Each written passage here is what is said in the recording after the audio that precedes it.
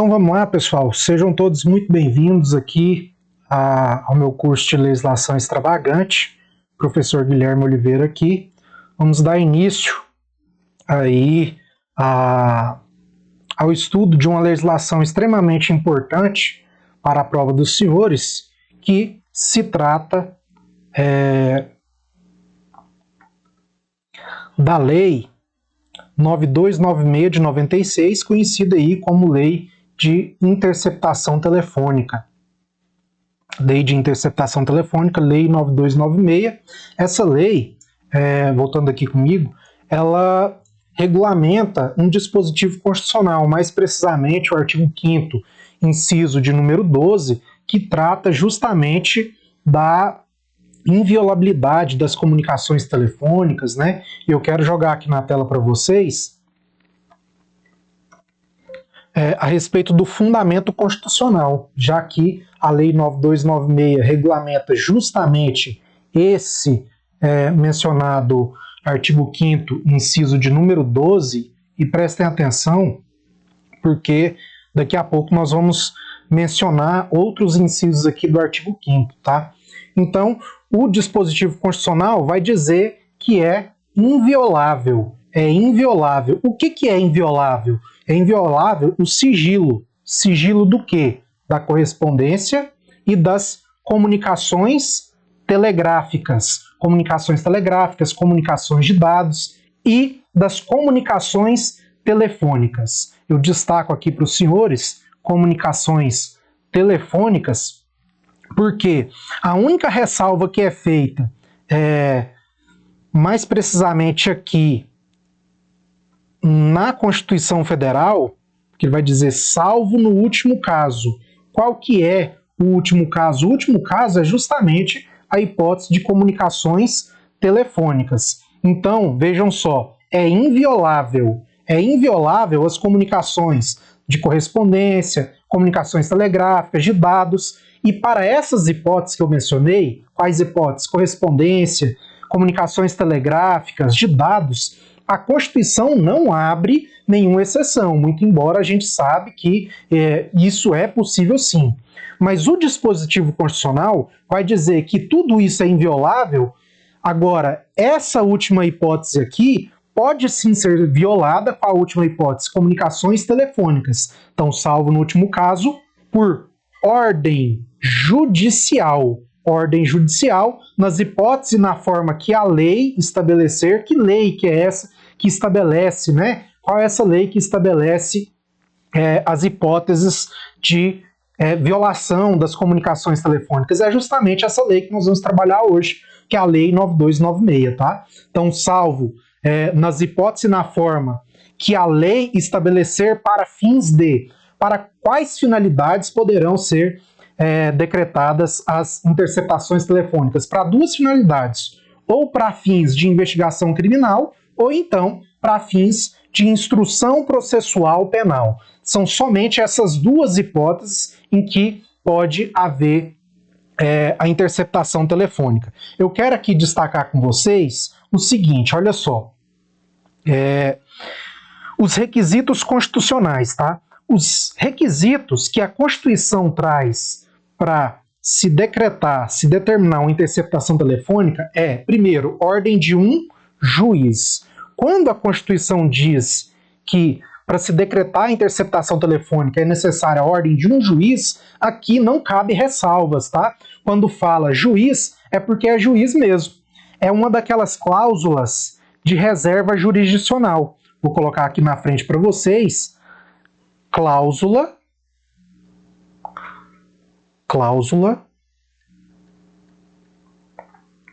de reserva jurisdicional. Cláusula de reserva jurisdicional. Somente o juiz é que poderá permitir a interceptação telefônica. Guilherme, e no caso das CPIs? Porque eu li na Constituição Federal que as comissões parlamentares de inquérito terão poderes próprios das autoridades judiciais. Quer dizer, então, que a CPI pode decretar uma interceptação telefônica? Negativo, tá? Negativo. CPI não pode determinar interceptação telefônica, porque aqui para a interceptação telefônica, existe uma cláusula de reserva jurisdicional e somente o Poder Judiciário propriamente dito é que poderá autorizar a interceptação telefônica. Beleza. Quais outros requisitos eu encontro aqui para se decretar uma interceptação telefônica?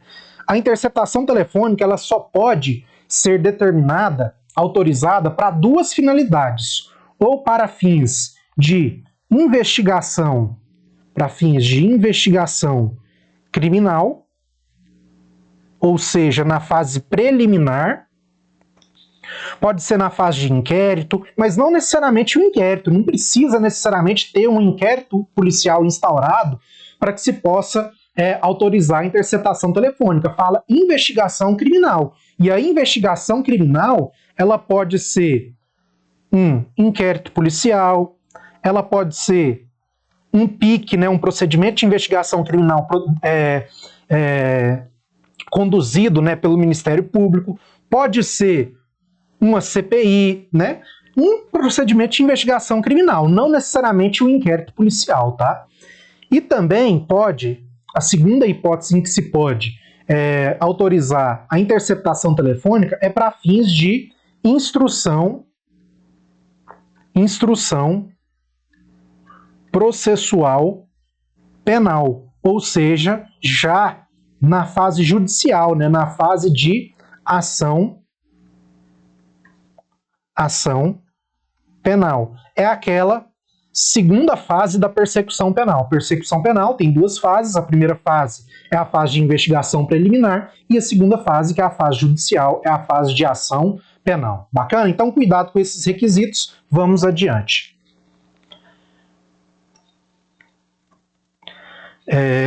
Então, vistos os requisitos constitucionais, só lembrando que nós vamos voltar aí nesse primeiro requisito de autorização do juiz, porque também não é qualquer juiz, né? É o juiz da ação principal, tudo isso nós vamos detalhar quando fizermos a leitura do artigo 1º da Lei 9296. Bacana, Guilherme, vamos adiante. Definição de interceptação telefônica. Aqui é muito importante, principalmente para fins de provas subjetivas, tá? Você definir, saber a definição exata quando que se trata ou não de interceptação telefônica. Porque muitas vezes você não estará diante de uma interceptação telefônica propriamente dita. Você pode estar, por exemplo, diante de uma quebra de ERB, estação rádio base, vamos falar daqui a pouco. Você pode estar diante de uma escuta telefônica. Você pode estar diante de uma gravação ambiental, né? Então é necessário que você saiba distinguir aqui quando que se trata ou não de uma interceptação telefônica. E interceptação telefônica é meio de obtenção de prova. Então a interceptação telefônica nada mais é do que um meio que se utiliza para se obter prova, tá? Então é meio de obtenção de prova que tem por finalidade, né, o registro, a ciência de comunicação alheia sem o conhecimento dos interlocutores. Então, vamos aqui a um pequeno exemplo. Nós temos aqui o A que faz uma ligação telefônica para o B. Então tá aqui o B, um faz a ligação para o outro, e aí o C, que pode perfeitamente e geralmente é a polícia, né? No nosso exemplo aqui, o delegado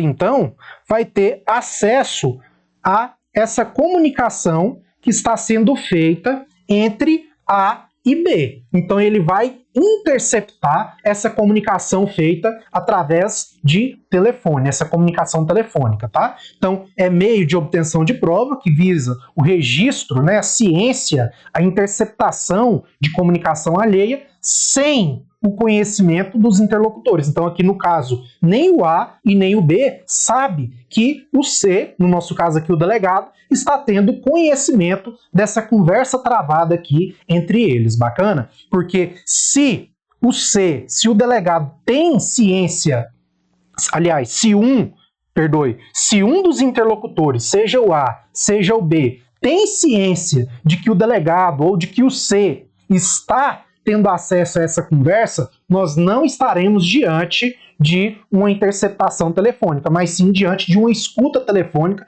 Nós vamos ver isso daqui a pouco, tá? A interceptação telefônica tem natureza jurídica. A natureza jurídica da interceptação telefônica é de medida cautelar, né? Tem natureza de medida cautelar, então é um meio de prova, de obtenção de prova cautelar, e vocês estudaram, né, lá no Código de Processo Penal, vou colocar aqui o CPP, tá? O CPP lá no artigo 155 nos traz uma informação importante a respeito das provas cautelares, né? Porque lá no artigo 155 do Código de Processo Penal vai tratar do valor relativo. Valor relativo do IP, do inquérito policial. Lá, com a leitura do artigo 155 do Código de Processo Penal, eu tenho ciência de que o valor probatório do inquérito policial ele é relativo, já que o próprio artigo 155 vai dizer que o juiz não pode fundamentar sua condenação exclusivamente baseando-se em elementos informativos colhidos durante o inquérito, ressalvada as provas cautelares não repetíveis ou antecipadas. Então tá aqui, ó, essa medida cautelar de obtenção de prova, ela pode perfeitamente por si só fundamentar uma condenação de um indivíduo, já que se trata de um meio de obtenção de prova e não de elementos informativos. Bacana? Voltando aqui, preparem-se que essa aula ela vai ser recheada de jurisprudência, né? E você já disse aqui, não deve ter preguiça de fazer leitura de jurisprudência, né? Nem da legislação. Eu falo da jurisprudência porque os concursos cada vez mais vêm apertando o tom nesse sentido de se cobrar também conhecimento dos entendimentos jurisprudenciais, não mero decoreba da legislação, né? Vamos adiante?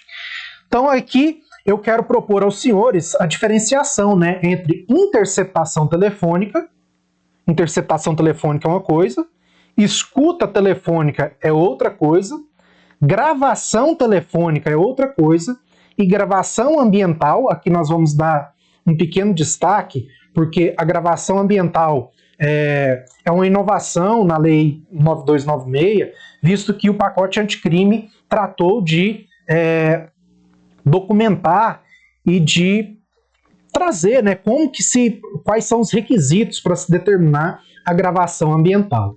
Bacana, olha só, interceptação telefônica. Nós acabamos de fazer o desenho, repetindo aqui rapidamente, tem o A, que vai ligar para o B, e o C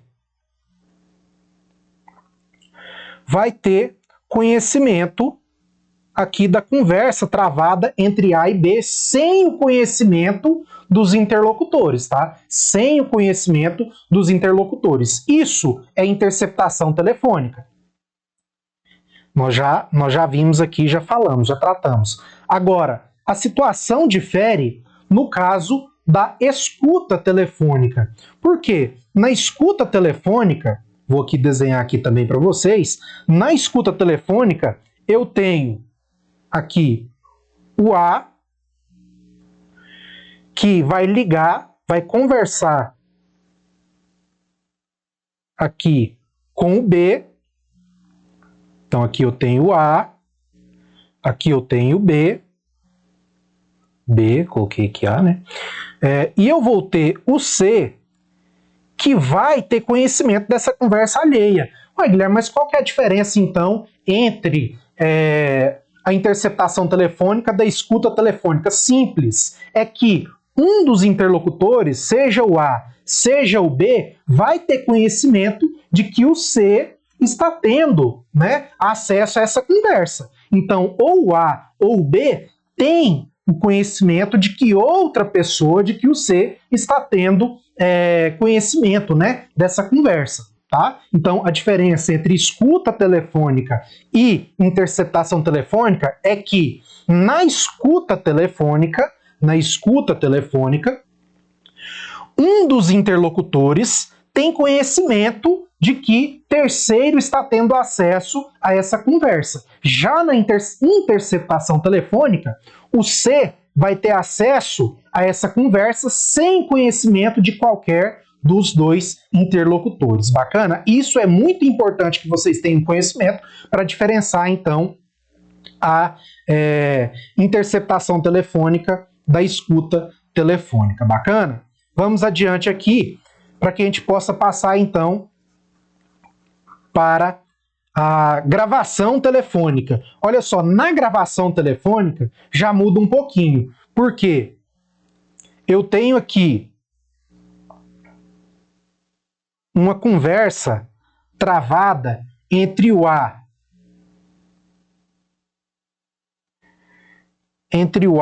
e o B, só que aqui o B, o que ele faz? Ele grava o conteúdo,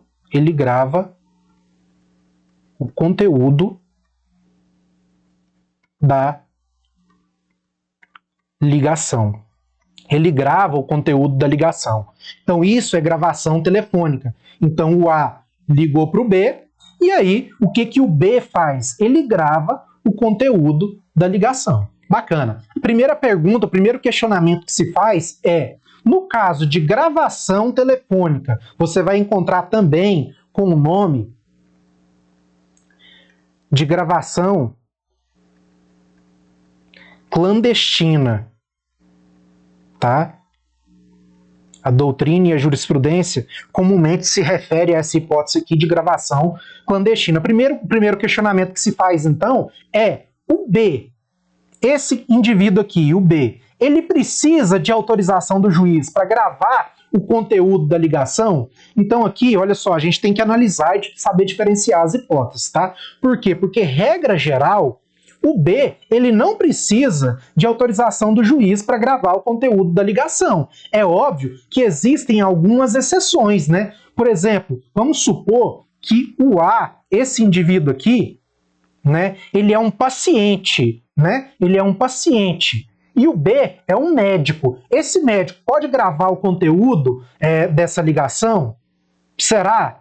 Já que ele está obrigado a ter o sigilo médico, né, o sigilo profissional. Vamos supor, então, que o B aqui, né, o B, ele seja um médico, né, que ele seja um padre, né? Esses indivíduos, né, eles devem resguardar, eles têm a obrigatoriedade de resguardar o sigilo de tudo aquilo que é dito, né? Imagina só, né, o médico que grava, né, o conteúdo da ligação do A aqui, do seu paciente, né? O B é um psiquiatra, e aí esse camarada grava todo aquele conteúdo, né? Aí não pode. Por quê? Porque o conteúdo dessa ligação está protegido pelo sigilo profissional. Bacana? E nós temos ainda a gravação ambiental. A gravação ambiental é muito interessante porque, inclusive, nós vamos falar bastante aqui, né? Está regulamentado lá no artigo 8º-A da Lei 9296. Voltem aqui comigo na tela. Olha só, muitas vezes, né, os criminosos eles já têm ciência, noção de que quando, né, estão sendo investigados, provavelmente o delegado de polícia, o Ministério Público pediu a interceptação dos telefones, né, o grampo dos telefones daqueles indivíduos, e eles sabem então que não podem ali conversar a respeito da atividade criminosa. Por quê? Porque aquela conversa está sendo interceptada, né?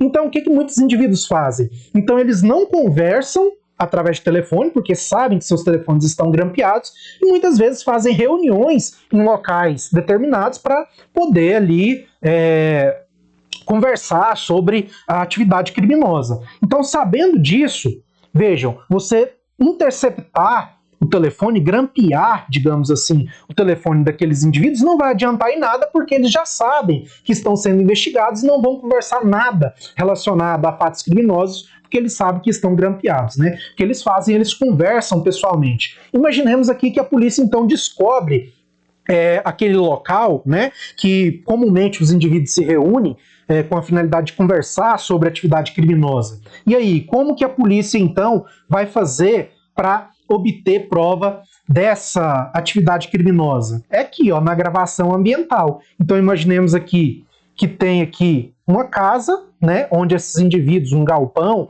onde esses indivíduos comumente se encontram, e aqui coloca, né, aparelhos, né, câmera, microcâmeras, aparelhos para captar os sinais acústicos, eletromagnéticos, né, desses indivíduos. Aqui o que eu sugiro, né, já que vocês se antecipem e façam a leitura do artigo 8º-A da Lei 9296, que é onde se regulamenta a gravação ambiental, tá? Aqui, nesse caso aqui, o que vai se gravar não é necessariamente a conversa telefônica, tá? Pode ser gravado, por exemplo, ou filmado, né? Ou filmado e gravado, por exemplo, a reunião aqui dos membros de uma organização criminosa, né? E aí a polícia vai lá e coloca escutas, coloca gravadores, coloca microcâmeras para se ter acesso àquilo que está sendo conversado, né?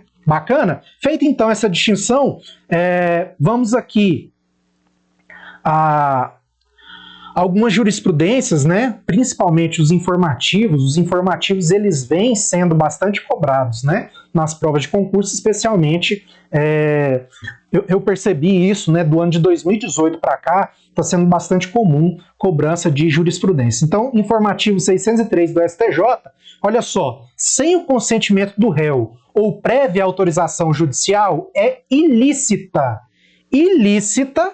a prova colhida de forma coercitiva pela polícia, de conversa travada pelo investigado com terceira pessoa em telefone celular por meio de recurso do Viva Voz, que conduziu ao flagrante do crime de tráfico ilícito de entorpecentes. STJ, 5ª turma.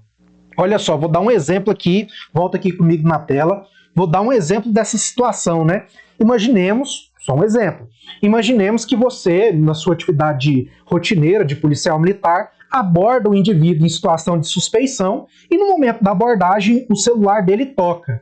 E aí o que você faz? Você coage esse indivíduo a atender o telefone em viva voz, e ali é um outro traficante conversando com ele, e ali naquela conversa, né, que você obrigou o indivíduo a atender o telefone e colocar no viva voz, naquela conversa o camarada acaba falando, e aí, beleza, a droga ainda tá em tal lugar lá no galpão, né? Aí o camarada coagido fala, ainda tá lá no galpão, tal, e acaba que essa conversa acaba levando, né, então, ao flagrante, conduz, né, ao flagrante do crime de tráfico de entorpecentes, né? Então, olha só, sem conhecimento do abordado, do réu, né, ou prévia autorização judicial, é ilícita.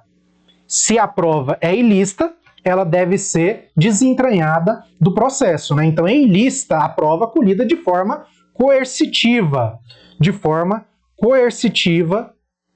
pela polícia, de conversa travada pelo investigado com terceira pessoa em telefone celular por meio de recurso Viva Voz, e aí essa conversa, né, pelo Viva Voz, conduziu o indivíduo, acabou, né, levando ele ao flagrante de tráfico ilícito de entorpecentes, né, prova ilícita, esse o raciocínio do Superior Tribunal de Justiça. Mais um julgado aqui, também do STJ, é ilícita, é proibida, né? É ilícita a gravação de conversa informal entre policiais e o conduzido. Por que é ilícita a gravação de conversa informal entre os policiais e o conduzido? Simples, porque não houve prévia comunicação do direito de permanecer em silêncio. Olha só, você, mais uma vez, né, utilizando-se aqui do exemplo de você na sua atividade rotineira, né? O camarada foi abordado, né? E aí foi preso em flagrante, suponhamos, e aí você acaba ali numa conversa informal com aquele indivíduo, acaba gravando aquela conversa.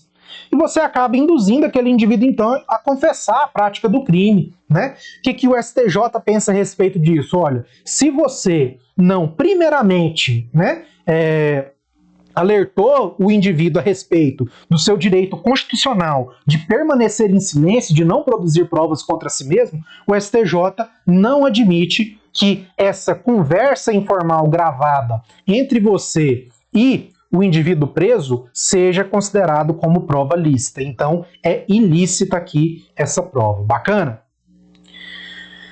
Seguimos. Abrangência da lei. Então, a lei ela é conhecida como lei de interceptação telefônica. Então, por óbvio, que ela vai abranger a regulamentação, né, da interceptação telefônica. Mas a lei vai além, porque não é somente da comunicação telefônica. Não é a interceptação somente telefônica. É a interceptação das comunicações informáticas, comunicações telemáticas. O que é comunicação telemática? É a junção dos meios de telefonia com os meios informáticos, daí telemático, como por exemplo, da mesma forma, aqui, mostrando aqui na tela para vocês, que se pode interceptar a comunicação telefônica, né?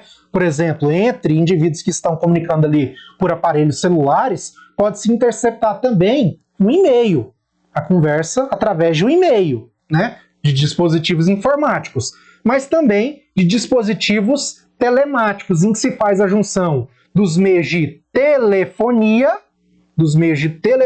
com os meios informáticos. Aí eu lhes dou um exemplo, né, de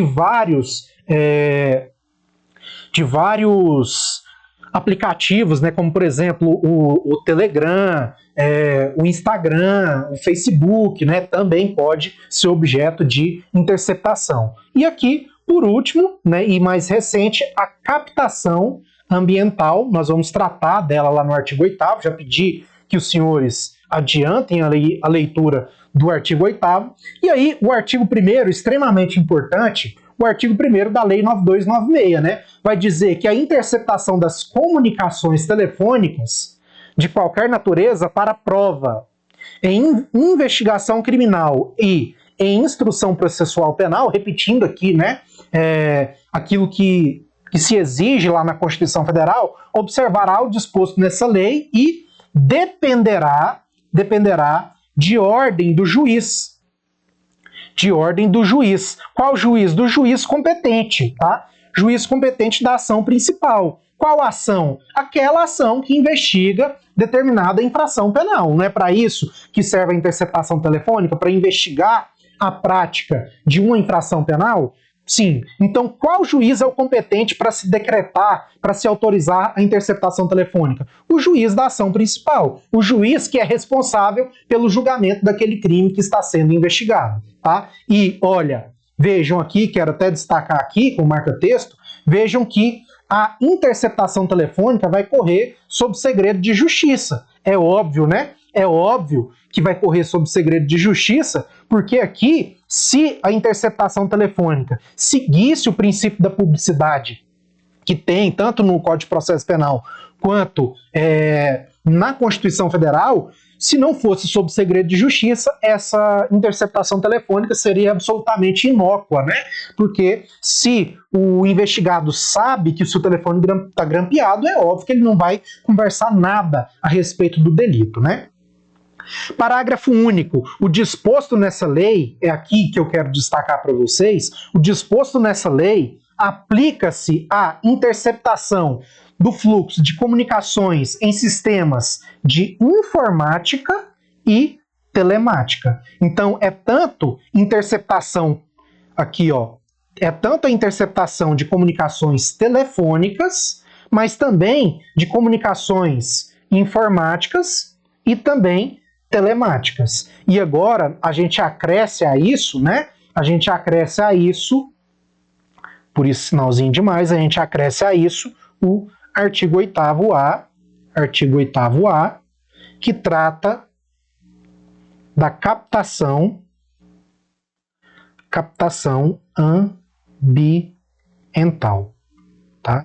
Captação ambiental.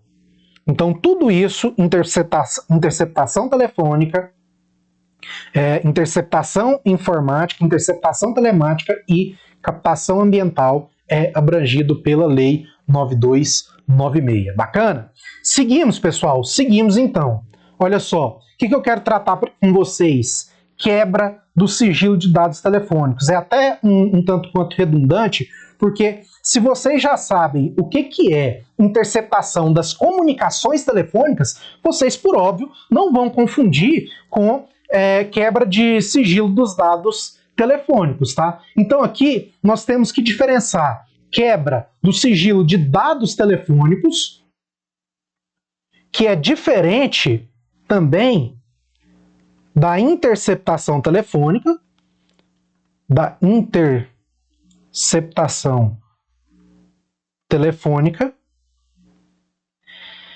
que é diferente também da quebra de dados cadastrais. E aí, será que é a mesma coisa? É tudo a mesma coisa? Quebra de dados telefônicos é a mesma coisa que quebra dos dados cadastrais? Será que eu ter ciência do horário das ligações, para quem o indivíduo ligou, para qual número o indivíduo ligou, isso são dados telefônicos, tá? O que é diferente de saber, por exemplo, os dados cadastrais. Olha, esse número aqui está cadastrado no nome de quem? Qual que é o CPF dessa pessoa? Onde essa pessoa mora? Isso são dados cadastrais, que não se confunde com dados telefônicos, que muito menos se confunde com interceptação telefônica. Vocês já sabem, interceptação telefônica é o conhecimento de conversa alheia, sem o conhecimento, né, sem a ciência dos interlocutores, tá? Então, tanto o sigilo, aqui eu coloquei para vocês, tanto o sigilo de dados telefônicos, ou seja, para quem o indivíduo ligou, a que horas ligou, quanto tempo durou a ligação, isso são dados telefônicos. Então, voltando, tanto o sigilo de dados telefônicos como o sigilo das comunicações telefônicas exigem autorização judicial, tá? Mas baseadas em fundamentos diversos. Olha só, por isso que é importante o fundamento constitucional, né? Porque, olha só, o fundamento da interceptação telefônica é o quê? É o artigo 5º, inciso 12. É o artigo 5º, inciso 12 da Constituição Federal. Enquanto que o fundamento para a quebra dos dados telefônicos, olha, dados telefônicos está relacionado à intimidade da pessoa, está relacionado à vida privada. Está relacionado, então, à vida privada, à intimidade da pessoa. E o fundamento constitucional é diverso. Se não me falha a memória, é o inciso 10, né, que vai dizer que é inviolável a vida privada, a honra e a imagem das pessoas. Então, o fundamento, conforme eu coloquei aqui, o fundamento é diverso, né? Se são coisas diversas, provavelmente também o fundamento é diverso. Continuando, o sigilo dos dados telefônicos não se confunde com dados cadastrais, porque os dados telefônicos, conforme eu disse, necessita de autorização judicial. Já os dados cadastrais não necessita, né, de autorização judicial, né? Porque os dados cadastrais, os quais o delegado de polícia e o Ministério Público podem ter acesso independentemente de autorização judicial. Bacana? Dou-lhes um exemplo aqui, né?